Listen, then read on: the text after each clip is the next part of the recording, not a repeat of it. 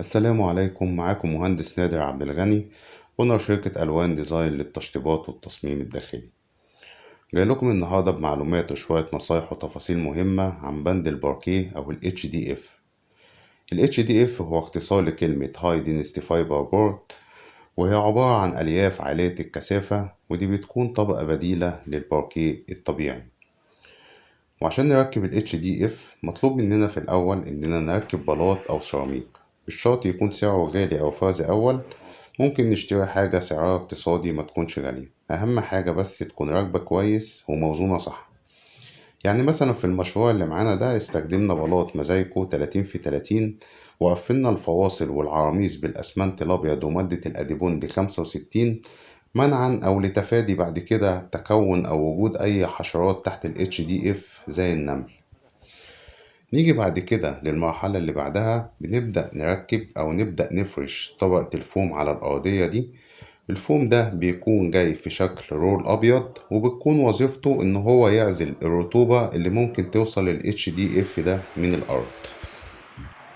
نيجي بعد كده لتركيب ال HDF، والتركيب بتاعه بيكون بطريقة الكليك أو الكبس زي نظام العاشق والمعشوق، وده طبعا بيخليه يكون سهل في الصيانة. لو عندي أي بلاطة اتجرحت أو وقعت عليها حاجة مثلا تقيلة اتكسرت، أقدر أشيلها وأغيرها بسهولة.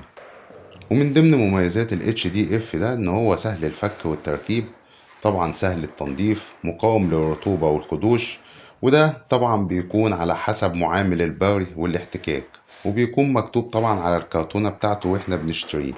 بيكون في منه درجات زي الكلاس 31 و 32.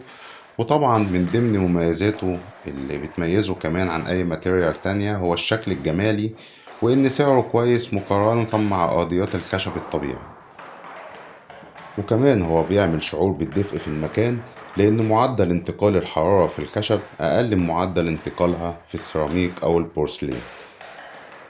أما من ضمن عيوب ال HDF إن هو غير مقاوم للمياه، إنه مش هيستحمل المية عليه بصفة مستمرة، وممكن يبقع لو وقع عليه قهوة أو شاي وتسابه لفترة أو مدة طويلة. ومدة الصلاحية بتاعته بتكون من 5 إلى 10 سنين حسب الاستخدام. وعشان تكون عارف الخامة وتعرف تتعامل معاها كويس، هقولك ال HDF بيتكون من ايه. هو عبارة عن مجموعة طبقات اتعرضت لضغط عالي وحرارة خلتهم مقاومين أكتر للرطوبة والخدوش والعوامل الجوية. ال HDF عندي بيتكون من 4 طبقات. الطبقة الأولى هي الطبقة السفلية، ودي بتحميه من الرطوبة والتقوس. أما الطبقة التانية بتكون ال HDF نفسه، وده بيكون عبارة عن ألواح من النشارة بتاعة الخشب بتكون مضغوطة وملزوقة بغيرها. أما الطبقة التالتة وبتكون طبقة الديكور، بيكون عليها التجزيعة واللون اللي بنختاره. والطبقة الرابعة والأخيرة بتكون طبقة حماية، ودي بتكون عبارة عن مواد صمغية مسؤولة عن حماية ال HDF. لو هتشطب شقتك بنفسك وعايز تعرف تفاصيل أكتر عن بند معين، اكتبلي في الكومنتات عايز تعرف ايه عن بنود التشطيب. ولو استفدت من الشرح والتفاصيل اللي قلتها، ياريت تدعمنا بفولو ولايك وسبسكرايب عشان يوصلك كل فيديوهات نصايح تشطيب شقتك مع المهندس نادر عبد الغني. دمتم في أمان الله.